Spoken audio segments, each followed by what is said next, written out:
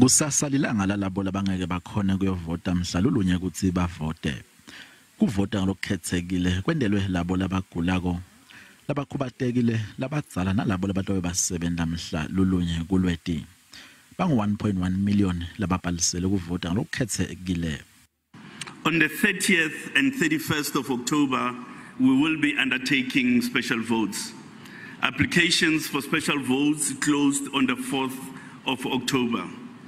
Since then, we've been matching human and material resources to enable us to complete the 507,318 home visits and the 602,781 voting station-based special votes. Tonke ke tikhungo tekuvotela tiyovulwa ngensimbi yesiphohlongo tivalwa ngensimbi yesihlanu. Ti7 te-IEC tiyobe tiya nasemakhaya.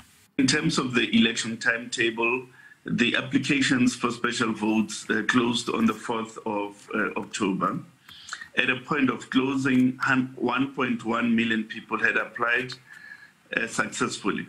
Ngamsombuluko bonke abantu balelive labangetulu kwa 26 million nawo bothola lithuba lekuvota.